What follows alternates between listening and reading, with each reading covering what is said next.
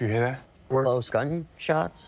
On September 5th, 1972, during the Munich Olympics, 8 Palestinian militants from Black September infiltrated the Olympic Village, taking 11 Israeli athletes hostage in a violent bid to secure the release of political prisoners.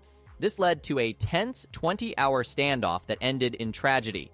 Though much of the violence occurred off-camera, the event unfolded in real time on television, making it one of the first acts of terrorism witnessed by a global audience. September 5th, directed by Tim Fehlbaum, takes an interesting angle by focusing on the American sports broadcasting crew that covered the crisis, showing how they scrambled to report an unprecedented and horrifying event. There's a lot of potential in this premise, how an unprepared sports crew navigates the ethical and logistical challenges of covering a live crisis. The film briefly touches on these ideas but never delves deeply into them.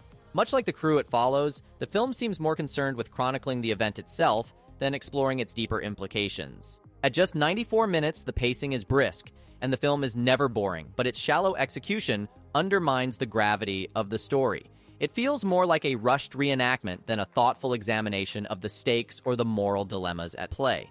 The recreation of the 1970s broadcast environment is one of the film's stronger aspects. From the period equipment to the technical choreography of live television, lever pulling, video fading, satellite juggling, there's an authenticity that pulls you in. However, while these details are impressive, they aren't enough to sustain the film. The cinematography is flat and overly reliant on close-ups, giving the movie a generic TV movie feel that makes it seem too small for such a dramatic real-life event. Where September 5th falters most is in its lack of emotional depth. The characters, while competently portrayed, feel like placeholders rather than fully realized people. They react to the unfolding events, but their personal stakes and conflicts are barely explored. Given the unique angle of focusing on a sports crew, this is particularly disappointing. Instead of feeling out of their depth, they come across as oddly composed and competent, more like seasoned crisis reporters than people thrust into an unimaginable situation. Even the film's most thought-provoking moment, when the live broadcast inadvertently tips off the terrorists, is handled in a fleeting, almost dismissive way.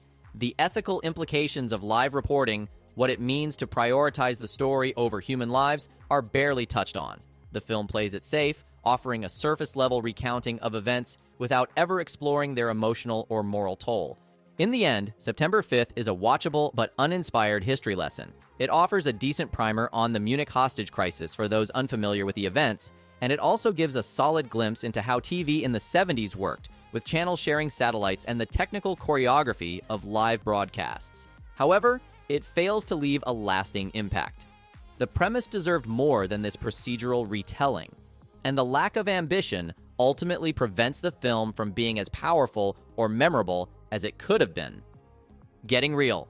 September 5th delivers a fast-paced, informative retelling of the sports crew's coverage of the Munich Olympic hostage crisis, capturing the events with care and urgency.